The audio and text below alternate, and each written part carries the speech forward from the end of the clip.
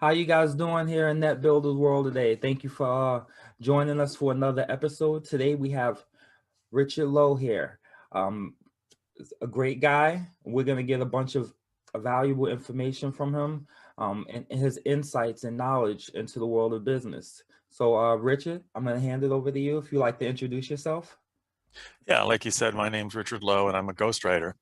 And what I do is I look for entrepreneurs or CEOs, CIOs, directors, and things who want to give themselves an extra tool for marketing, a brand, so to speak. And usually I help them write a book, ghostwrite a book for them. Sometimes they turn into collaborations, sometimes they're just straight ghostwriting. And that helps them by giving them a tool that they can use to promote themselves to whatever their expertise is. Like one, it might be digital transformation. Another one might be his franchise cleaning business. Another might be their dental cleaning business. A third wanted to write a book about mentoring because they were a manager, and so forth. I've also written children's books and novels and things too. So I'm a little bit of everything writing wise, and also blog series. So that's what I do. Gotcha. And so I have a question here. Sure. And I'm going to try to word it correctly because I don't know if it's a question you've ever been asked about before, but capturing your client's voice, how hard is that to do? Because I know you don't just write in your voice. Ghostwriting, you're trying to say what you're saying in your client's voice, to where it doesn't sound like, hey, this isn't my client at all. Well, what I do is I interview them a lot, Oh, and I get to learn how they speak, how they talk. I talk to them about how they want it to appear. I write the first chapter or the preface, usually whatever comes first, and get to learn how they want it to be shown to the world. As I write it, I send it to them for review, and then they review it. And within usually a few pages, I've got their voice pretty well down. So it's an interactive process. that is an amazing talent all in itself, honestly, to be able to do that. Writing is it's such an amazing talent as well. I mean, that all in itself is an amazing talent, but to be able to capture somebody else's voice and effectively communicate that to their market, that's just utterly amazing to be able to do. So you mentioned blogging. That's something that I constantly, all of the time, preach. I hate using that word, but I preach to my clients all the time how important blogging is, especially for SEO and staying relevant in your market. Can you tell us a little bit about blogging and the experience you've had with it? Yeah, basically what I usually do is set up a retainer agreement where I write a certain number of words per month. So maybe they want to do 1,000 words, 2,000 words per month. That gives them a budget. It gives me a cash flow that's even and known. So it's good for both of us. And then they get, say, 2,000 word blogs per month written on the subjects of their choice. So at the beginning of the month, we'll meet. We'll talk over those 2 blogs, come up with the subjects. I'll ask them what the slants are, how they want it to appear, why they want to do it, who the market is, and so forth. And then write the first one, I usually write the outline for it, and then send it the outline, get approval, and then write the rest of it. Same with the second one. The 2 a month is generally ideal because it's not so fast that it's overwhelming, but it's fast enough that Google says consistency, or LinkedIn. And I recommend they publish it on LinkedIn, on Medium, which is a website that lets you post articles, and on your blog, because Medium has a way not to be duplicate content. It has a canonical reference, so it points back to the blog, and LinkedIn is not considered duplicate. So then you have it in all 3 places, and maybe a summary here and there of it to point to it. But the other thing I tell them is they have to promote it, because the blog by its own just kind of sits there. You have to also promote that blog and make it known, and it'll build up an audience. And that's on them usually. And let their friends know, put it in groups, don't spam, not spamming is very important. And just make it well known, and then it'll build up an audience. And it's a perfect kind of audience because they're people who are engaged with your article. And what you want on that article is comments. LinkedIn doesn't care about likes. It cares a bit about shares, and it really likes comments. That's true of all social media. They really like comments because comments show that somebody took the time to say something. Very interesting. That I did not know, but thank you. I appreciate that. And so what got you into ghostwriting? I imagine at one point in time you probably just wrote your own books, but what got you into ghostwriting? Well, it's an interesting tale. I actually, back in the 1980s, got into the computer field as the VP of a startup. I was there for 6 years, did director of consult or VP of consulting. And then I went to work 2 jobs after that at the same time, a VP of consulting for another company and the senior designer for a company that made SCADA systems, system control and data acquisition systems for water districts. And I designed 3 of those and helped code them and stuff. And that company got bought and shut down. So I went and worked full-time as a VP of consulting for the startup. And then I got tired of working for small companies that had cash flow problems. So I went to work for Trader Joe's as a director of technical services and computer operations. Okay. So very tech-oriented background. I was there for 20 years. And then in 2013, decided I was tired of working for a corporation. So decided, had a little money for a landing strip and branched out. At first I wrote my own books, and then pure chance, I joined a little ghostwriting company, wrote a couple of books, and then decided to I could do this on my own. My boss was paying basically, very small amounts for the books, and I decided I could make a lot more, and he didn't think so. And then the day after I quit, I got a $10,000 book, and the day after that, I got a $15,000 book. So it's like, okay, I can do this. And that's the thing. That's the interesting thing about being a ghostwriter, or being actually any kind of freelancer, or probably any kind of marketing, is it actually takes just as much work to get a $100 blog as it does to get a $15,000 book. So where do you put your effort? So my marketing effort is aimed at the books and the blog retainers and things. I also do book coaching to help people, or even writing coaching to help people with their things that they've got. So if they want to write their own book or their own articles, I can help them out also. That's pretty cool. Yeah, that's pretty cool. So that moment when your boss told you, nah, you can't do better without me, or yeah, you can't make more without me. That moment when you were able to see that result, that shortly after, you said it was it the day after? The day after, literally. to see that deal just pop up, like, what went through your mind? I mean, that was like, wow, like, what, just a smack in the face to him, like, shut up. Yeah, I didn't mention it to him because why bother? But that was $25,000 of business in a matter of 2 days, and that proved to me that I could do it. And then I also got a job with a LinkedIn optimization company, so I spent a couple of years writing LinkedIn profiles and things. Turns out that that's very high stress.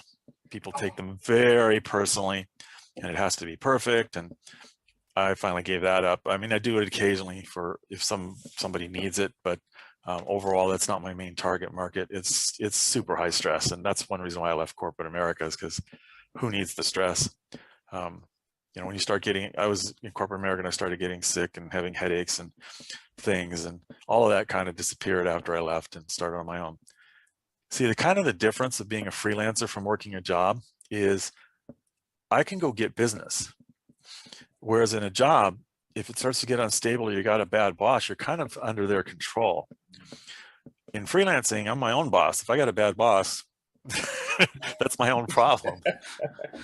And I get to choose my customers. I mean, I turn down business because the customers are going to be, the alarm bells go off, or they're obviously not going to work out.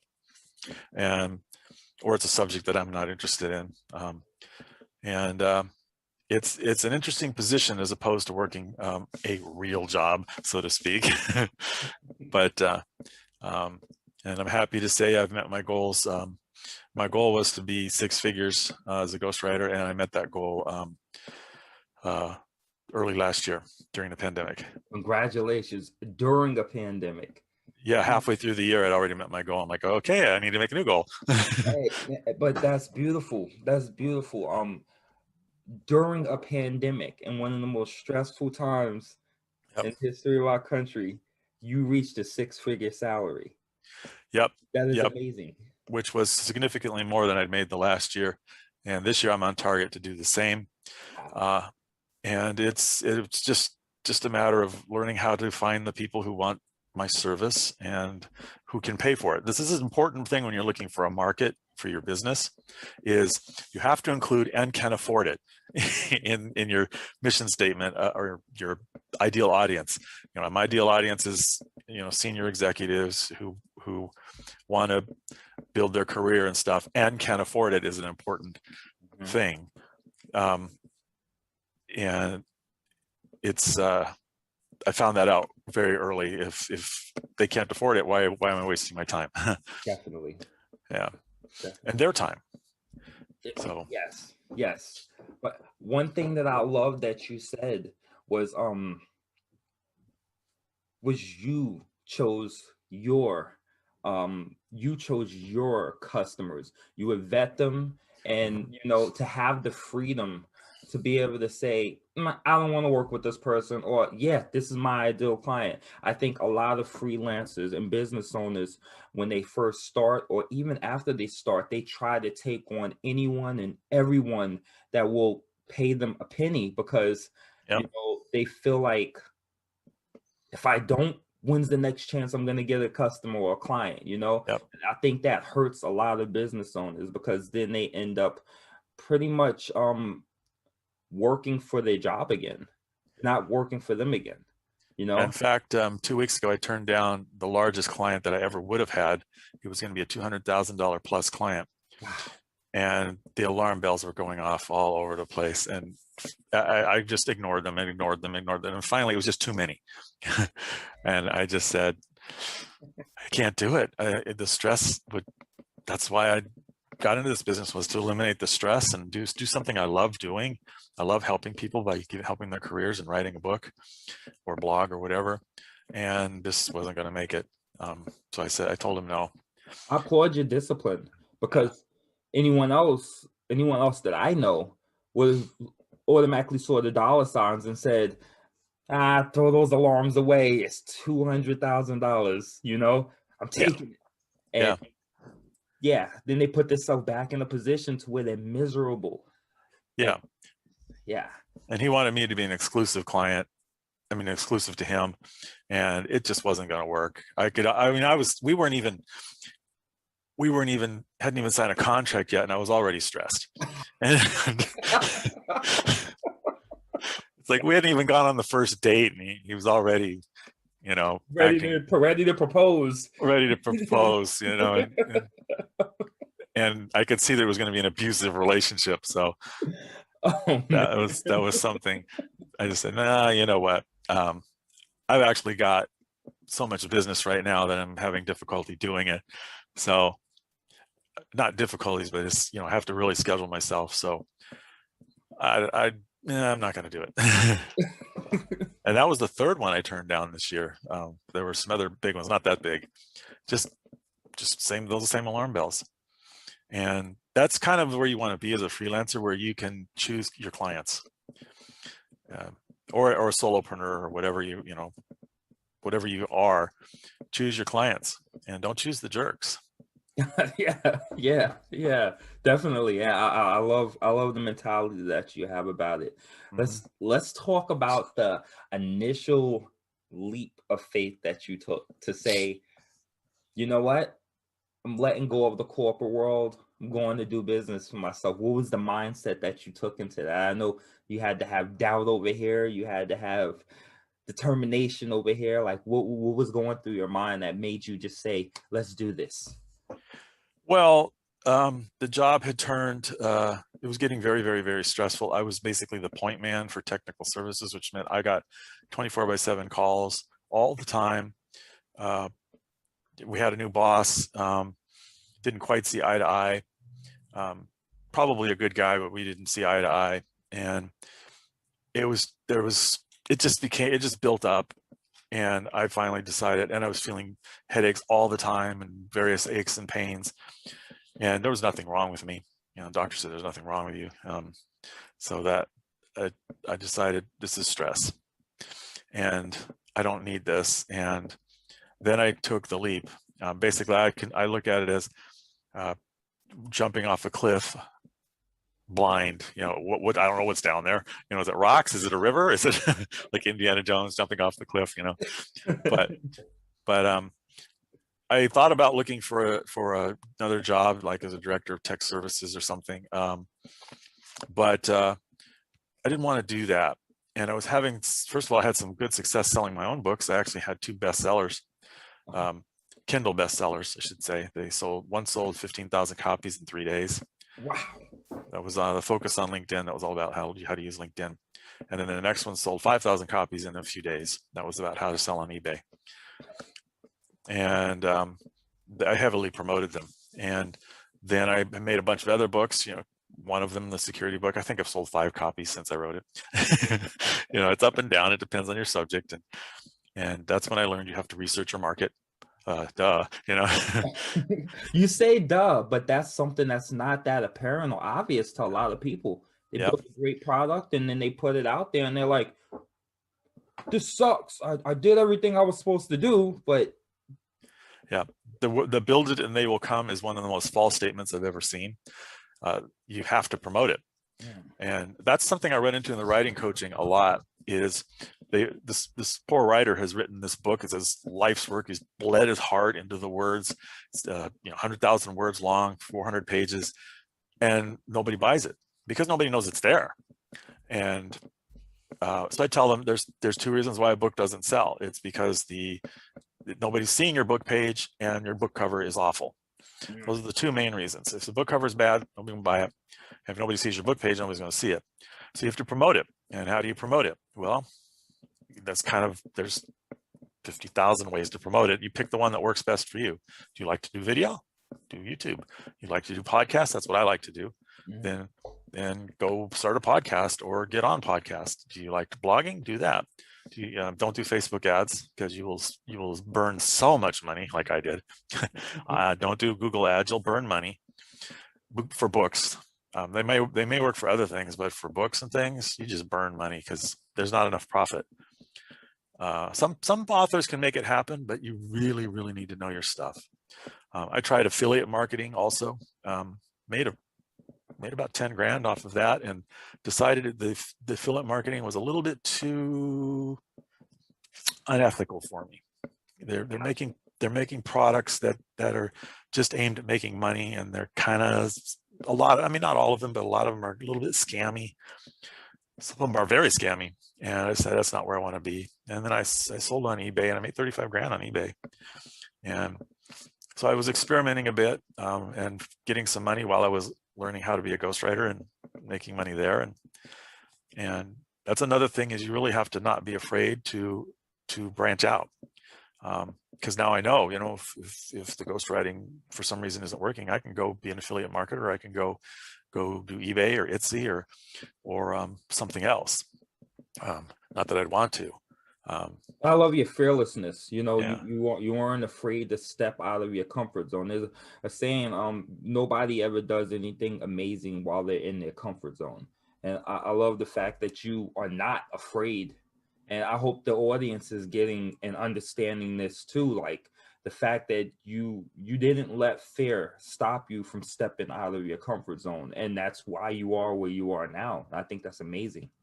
Well, what I like to tell people is there's a book or something about stepping out of your box. Why do you have a box at all? Good question. I mean, screw the box. Don't step out of it. Get rid of it and go do stuff. And it's amazing. It's amazing what you can accomplish with that. Of course, there are risks.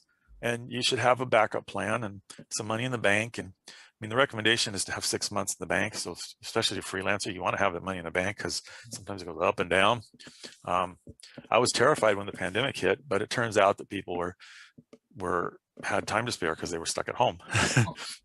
Yeah. And I marketed to that real fast and pulled in doubled my clientele in a matter of a week, just by marketing all day long.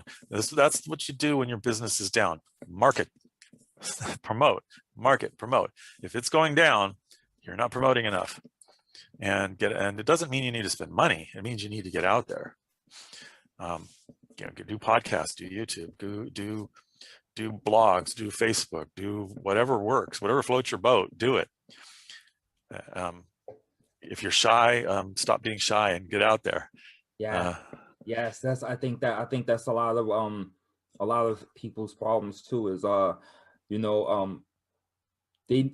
there's too many avenues to be able to market yourself for free right now. I mean, especially compared to, the 80s and 90s, you would never be able to sit down and talk right now. I'm in Washington State and you're in Florida. We are about 3,500 miles away from each other in different time zones.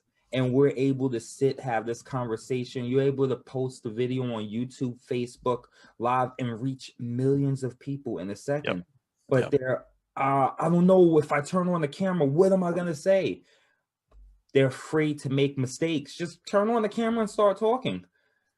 It's like I tell authors when they write a book, your first book is going to be awful. Your second book's going to be less awful. Your third book's going to be less awful. And by your fourth book, you're going to have a good book. You got to write those first three. And you got to get them out there and get them published. And nobody's, you're not going to sell a lot. That's just the way it is. I mean, there are exceptions to the rule. Sometimes awful books, 50 Shades of Grey or Twilight come to mind, sell a lot of books.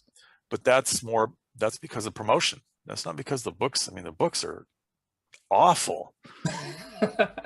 I mean, I'm sorry to say this, but you could use them as examples next to the word awful books in the dictionary. but they're in front of people are seeing it. But they promoted it, and they had the right contacts. The other thing you got to do as a freelancer is network. Build up a network of people. You and I, we're networked now, and we need something. We talk to each other. And I reach out to some of my network buddies every once in a while and say, hey, you got this? And they reach out to me and say, hey, I need this. Sometimes I can help, sometimes I can't. But you got to keep in contact, but you got to do it selectively. I've got 10,000 people connected to me on LinkedIn. I can't talk to them all, but I can talk to a good 30 or 40 a week. Just a 10-minute chat or, a couple of comments on LinkedIn, a couple of things in a messaging. Stay in contact with them. Figure out which ones are important and which ones aren't. And there you go. You start building up that network and get a network of a few hundred people that are actually engaged, and you're doing well. And those are people that can help you, or you can help them. And that's key. It's got to be both ways. I love the fact that you prioritize networking so much, because I think that it's underutilized by a lot of freelancers and entrepreneurs. I love the fact that is such a big part of your equation. And I love that you just said that, because I commonly have the conversation with entrepreneurs, and I'm like, you have Facebook contacts, you have this, you have that, and they're like, yeah, I just have friends, I get likes, but how are you engaging them? What can you provide to them? What can they provide to you? You're missing out on networks, just through networking. I have met some of the most amazing people, and I help them, they help me, and I'm able to branch out more, because the fact that I provided a service to them, they provided one to me, and then they introduced me to their network now of 5,000 people that I would have never met elsewise. Yeah, I mean, my network includes a few publishers, a few editors, a few proofreaders, and other authors and entrepreneurs and all kinds of other things. I mean, I just talked to a guy that worked with me at Trader Joe's, and I just needed to talk to him for some things, and he says, well, he's now in charge of this company, and he he passed me on to his marketing department, and he wants me to write a guest blog. And I didn't bring it up, he did. Wow. And so I haven't done that yet. I need to do that. But you know, a guest blog will take me 30 minutes to write. It's not a big deal. You know, it's only going to be 600-700 words, and another 30 minutes to proofread. And I think the other thing is you need to be a professional. You need to act like a professional. That doesn't mean how you dress. I mean, sometimes it does. It depends on your business, but you need to act like a professional. And that means being on time for meetings, whether you're the customer or the client or the businessman. Be on time, especially for the businessman. I mean, if you've got a Zoom meeting at 4, be there at 4, and respect other people's time. That's a big key for me to production. If they're not respecting my time, they're not professional. For me, professionals work off contracts. A lot of freelancers don't use contracts. They just do the work. And well, what if it goes sour? What if they go out of scope? What if you're writing a book and they say, well, I want you to change this chapter 15 times. Well, is that in scope or out of scope? How do you know if you don't have a contract? Well, what if they find, you know, while you're midway in the book, they just decide, I'm going to go find somebody else, and you finish the book and they're like, I'm not paying you for it. You have nothing to protect yourself. Right. And if they want a refund, is that covered or not? You know, there's all kinds of things that the contract should cover. I mean, I don't give refunds because I'm writing I'm writing as I go, and I also get paid as I go. So if they want to leave, they can leave, but I've already been paid and they own it. So they get what I've written, and they could go to somebody else. So far, nobody has, but they could. It's you got to have that contract. And if you're working with a freelancer and they don't have some kind of agreement, he or she is not truly professional, in my opinion. Fair enough. Because that's the agreement, that's the working arrangement. It doesn't have to be a complex contract. I call them statements of work. They could be called a contract, they could be called something else, but they're legal, and it's like a prenup sometimes. And what happens when you break up? What happens to the contract? What is the deliverables? That's very important. What are the limits? Like, you know, do you do 1 revision or 2? Or if you're making a website, I used to do websites too. You know, how many times that drove me crazy, because it's always, here's the website, it's exactly what you asked for. Well, I don't like this, and I don't like this, and I don't like this, and I don't like this. Yeah. Well, good. Okay, I'll do that again. Okay, I don't like this. Move this over. Just went on and on and on. Yeah, you know the revisions. I hate them. I do websites and I cannot stand revision. I give them two free revisions in their contract. After that, I'm charging you, because they'll go through and pick everything. It's like, well, you looked at this same page, asked me to change the color of the logo, and now you have 5 other things. Now, like, you just looked at this 10 times with me. What is going on? Yeah, some of that's normal, but there's a point at which, and it should be in your contract, at which that becomes an on them cost-wise. There's a point and of course I have to control that, and I have to make sure they know it. And it's funny, when they know it's on them, they'll actually do less of that. But you have to enforce it too, and that can be hard.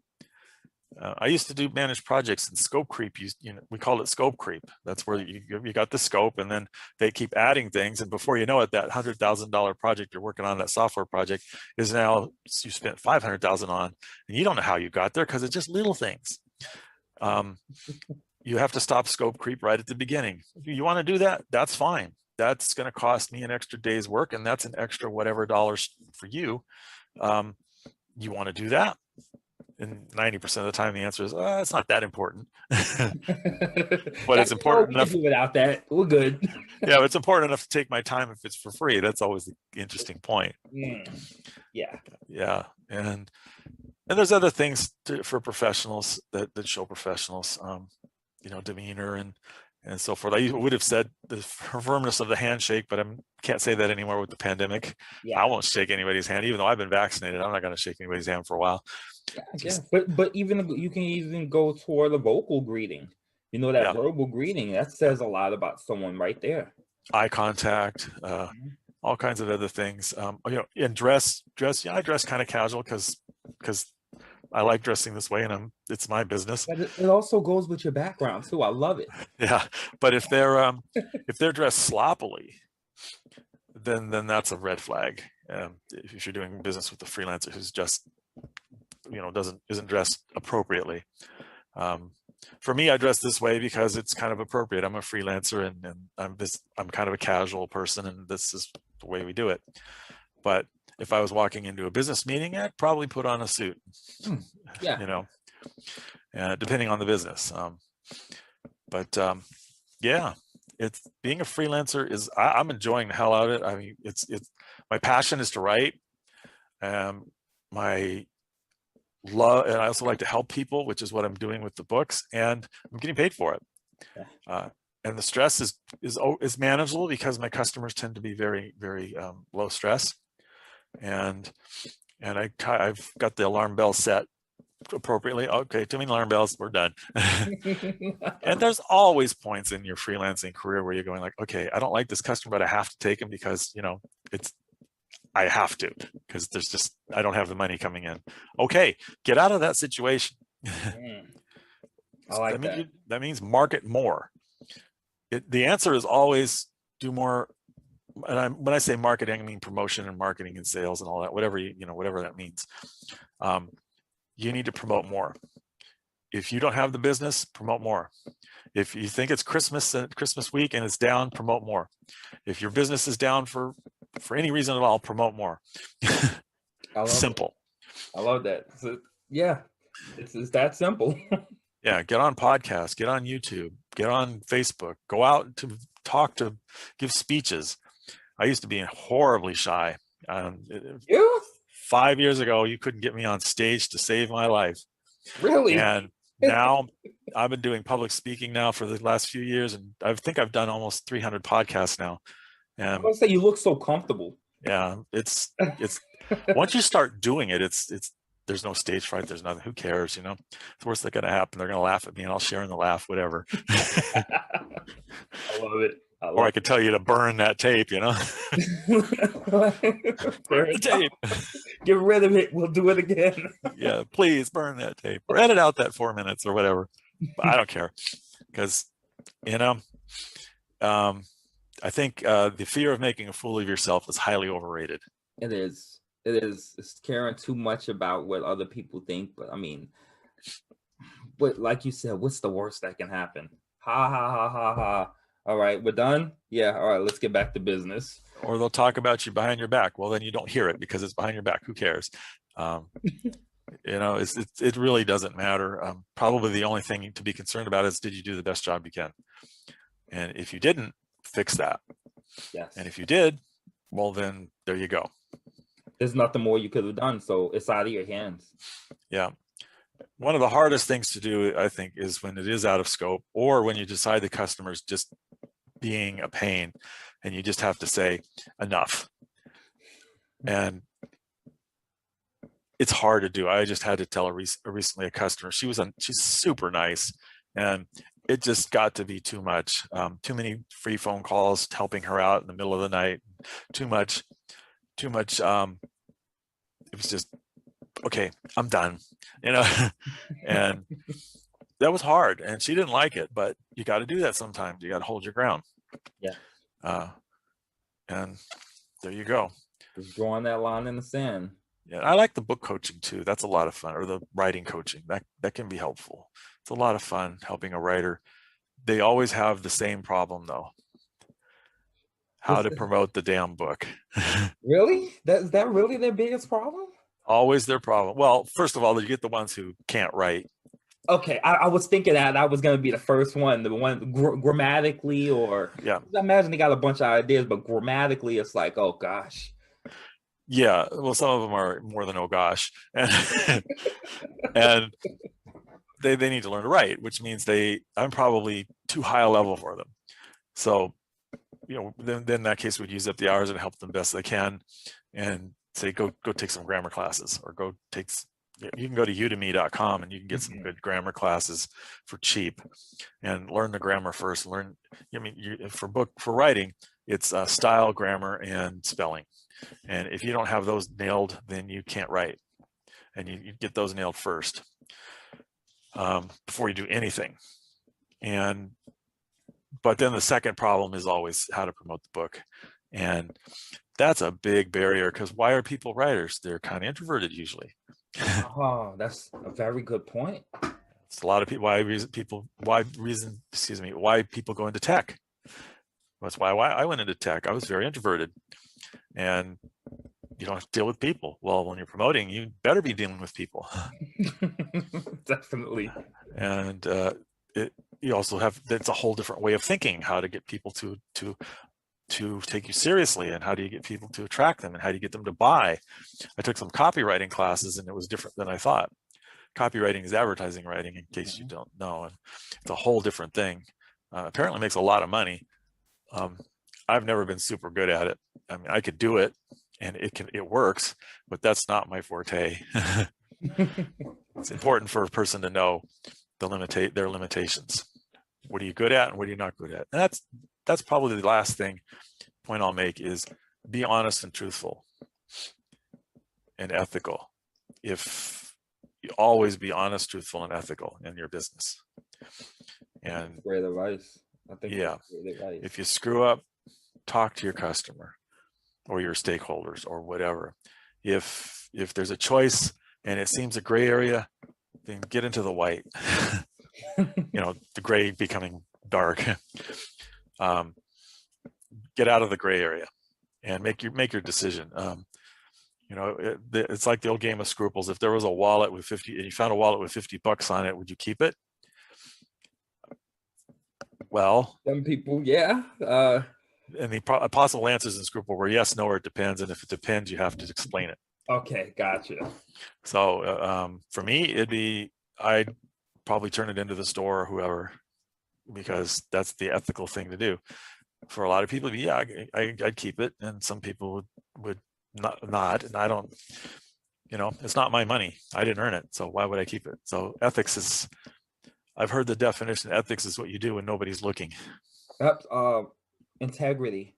Yeah, doing the right thing even when no one's watching. Integrity. So keep your integrity, do the right thing, and then you don't have to worry about if your customers find out what you've been doing. If they find out, that's cool. But like you said, the worrying, always watching your back. Your customer calls you, you're like, oh man, I'm gonna answer. Hopefully they didn't find out what I did. Hey, yeah, I just wanted to call you. Oof, I'm glad. You're always worried. You're always watching your back. Yep. And you can assume that if you're lying to your customer or you're overcharging them or something, they know. They will almost always know, and don't do it. They're not stupid. I mean, I always knew. I mean, I can't say I always knew, because if I didn't know, how would I know? But I could often detect that I was being lied to, although I didn't know about what, or that I was being overcharged, although I didn't know how much. And I ended those engagements as quick as I could. I just engaged with an SEO company, and they weren't delivering, and I wasn't sure why. And I talked to them, and I got all these nebulous answers, and then I realized I was being lied to, and I was just being soaked for money, and I canceled that and got a refund. And that's in spite of their contract saying no refunds, because I can turn on the jerk if I want to. As a freelancer, I imagine you have to.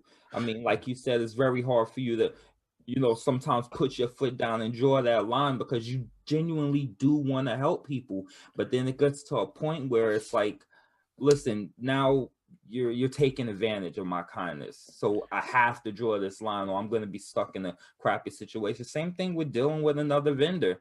Like, hey, gotta draw that line. You owe me a refund. You made promises. Fix it. Yeah. I mean, when I was managing the technical service department, I used to manage multi-million-dollar contracts, and I've had one vendor who I found out was they were doing things that they shouldn't do, without going into details. And it wasn't like a serious thing. It was something that was minor, but it was, if you catch them doing something, the question is always what didn't I catch them at? I fired them the same day. Just, you're gone. Well, we'll fix it. We won't do. We'll put in. It's like, no, I caught you this time. and you're right. You're definitely right about that, because they're not sorry that they did that to you. They're sorry that they got caught. Yeah. How many times didn't they get caught? How many times did they overcharge me and I didn't detect it? Never ever reward people for not performing, or for for doing the wrong thing. Just don't. You reward people for doing the right thing or for producing. You don't reward people for not producing. Definitely. Definitely. So if they're messing you over, then don't reward them. And that might mean walking through their management levels till you find a person who will give you that refund that you can complain to. Definitely. I mean, I've walked up to a certain online romance company whom we all know, and they delivered poorly, and they don't give refunds. And I walked up the ladder on the phone to the senior VP. And I said, do you really want me? I walked up to you. I went through like 15 people and I persevered on the phone for about 5 hours. Do you really want me writing 1-star reviews? I said, we'll give you a refund if you promise never to come back. Oh my gosh. That was nice. That was nice, but I wasn't about to reward them for not performing. Oh, but it's sad that a lot of vendors or customers, mostly business owners or vendors, especially the big companies. Oh, the big companies, they're the worst at it.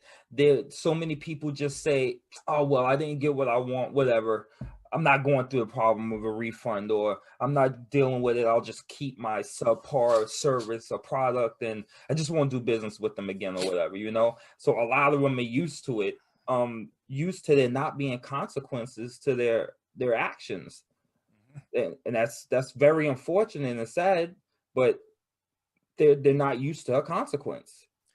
Yeah, if a delivery person delivers and the delivery person is rude, you don't tip them. Yeah. Period. And if he's really rude, or he or she is really rude, you complain, and then it gets fixed. And of course, everybody has bad days and things like that, and that's fine. You know, I mean, it happens. But I'm just using that as an example. But if the service is bad, you complain, and usually you can get what you want.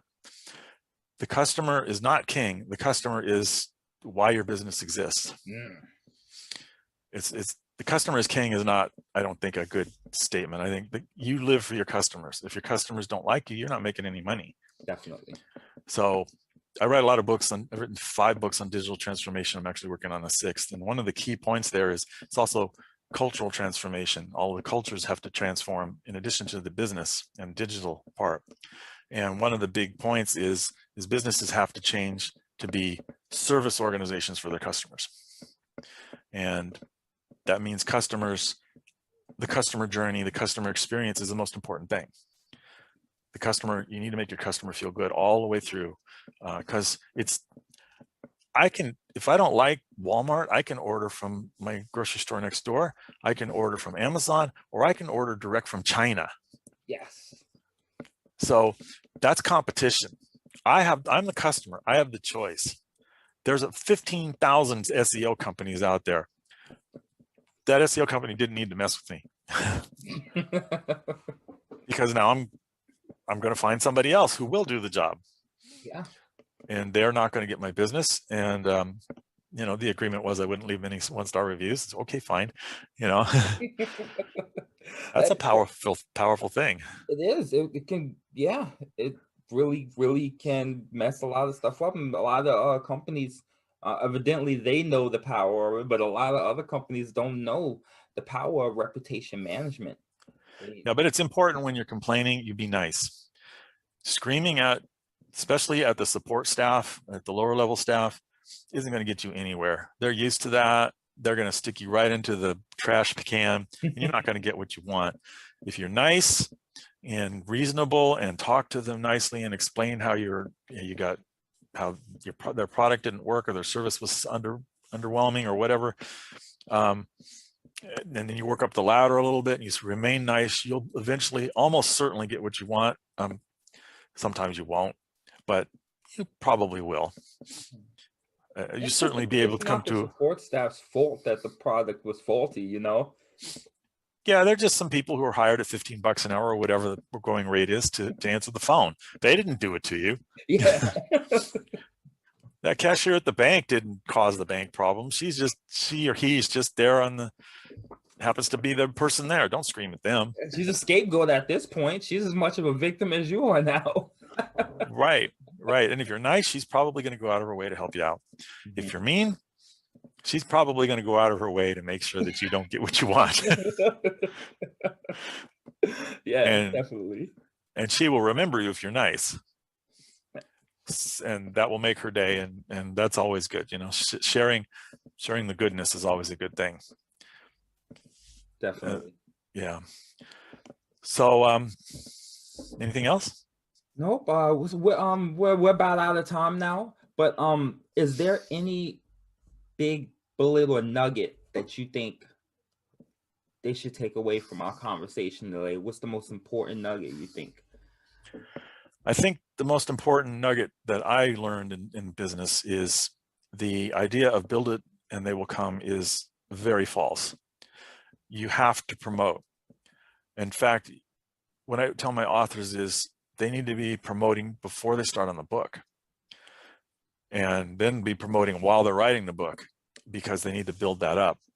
So promote, and by promoting I mean marketing, promoting, whatever you want to call it, is the key to making a business and making money. If you're not promoting, nobody's going to buy it, because nobody's going to know you're there. And if you are promoting, you have a better chance of succeeding. And promote right. You don't need to go out and buy Facebook ads unless that's appropriate for your business. And Google ads, maybe it's appropriate for your business, maybe not. But if you're going to do that kind of stuff, make sure you know how to do it. Facebook ads can burn money really fast, and Google ads and all the other pay-per-clicks, I mean, you can burn through every penny you got before you even realize it. Then you get happy you got one lead, and it's like, well, bud, you got a couple leads, but you just paid $12 per lead. What is your customer actually worth to you? You're selling the keyword ghostwriter is over $100 a click. Whew. That's a click. That's not a lead. That's a click. Wow. Yeah. Last I looked, which was a couple months ago. Yeah, clicks are not cheap for good quality clicks. Just for a click. Yeah, a ghostwriter's a very competitive term. So fair enough. Yeah, I wouldn't go on that term. You know, it might be something like, do I need a ghostwriter, or some other keyword. But if you don't know what you're doing with pay-per-click, don't do it. Find some other way, or hire somebody who knows what they're doing, and then be real cautious. I think that would be the other thing. Is when I was trying to build my business, I spent thousands of dollars on things that turned out to be scams. And I mean, literally scams. just it's tempting to buy the course that says create a new business overnight and you'll be a millionaire within 5 weeks. No, you won't be. It's not going to happen. Not going to happen. I mean, unless you're the type who likes giving money to Nigerian princes, so to speak, or people from Sierra Leone who have liver problems, or somebody from Russia who's dying from something. Or the lottery. They have you won the lottery over here. The lottery. Hide your bank info. Or my favorite in an ironic sort of way is the romance scam, where they scam money out of you by pretending to be interested in you. Yeah, Facebook's real good for that right now. Yeah, the romance scam is real big, and there's all kinds of other scams. The Amazon scam is turning out to be really big, where they send you an Amazon email that says, you just bought this thing. And you're like, no, I didn't. You call them up and they tell you how to get a credit by logging on, by you giving them privileged access to your computer. Oh, wow. Yeah, like that's exactly what you want to do, is have a scammer have privileged access to your computer. No. If they put the amount of effort that they put into those intricate scams into a business, they would be doing great. Yeah. There's a pretty good YouTube channel by a guy named Pleasant Green. So Pleasant Green, and he baits scammers. And he has some stories. He's actually turned some scammers around and turned their lives around. He had one scammer from it was Nigeria, I think. There's a country right next to Nigeria. It's real poor. And he told him, look, I don't want you to scam anymore. What can you do? And he didn't know. So he said, I'll send you a camera, take pictures for me. They wound up making a book. The book made $10,000 or some outrageous amount of money of pictures. And then he said, I'll send you the money as long as you put half of it towards helping your community. Wow. And in that country, that much money helping the community, bought incredible amount of stuff, including a new well, water pumps, all kinds of stuff. Yes. The guy is totally turned around now. He's doing great. He's got another woman who wasn't a scam. She's got some kind of medical problem, and he's raised like 50 grand for her, but it's just waiting for COVID to end so she can come to the United States and get an operation. Really good guy. Yeah. Pleasant Green. Pleasant Green. You should look up his channel, and his stories are interesting, and he baits scammers, and he tries to turn them around, and interesting stuff. I want to ask, how do our viewers get in touch with you? My website is thewritingking.com, thewritingking.com. And that's the best way to get hold of me. Get on that site, go to the contact form, and from there you can either schedule something directly or send me an email. You can also send me at rich@thewritingking.com. And I'm also on LinkedIn, Richard G. Lowe Jr. On LinkedIn. Any of those methods work, and definitely get hold of me, and I can help you write your book or your blog or your LinkedIn profile. Or if you need talk to somebody and get some ideas off for a couple hours, I can sell you a couple hours of time, and we can talk about how to help your business. Outstanding. Yeah. Outstanding. Well, Richard, I appreciate you being on the show today. As promised in the beginning, guys, I told you we're going to get some very valuable information from this guy, and can't tell me I was wrong. We learned a lot of things today, and I really appreciate it. And I'm sure that everybody that's going to be watching is going to appreciate it as well. So thanks a bunch, Richard. You're absolutely welcome. Thank you. All right. And until next time, guys, we'll see you later.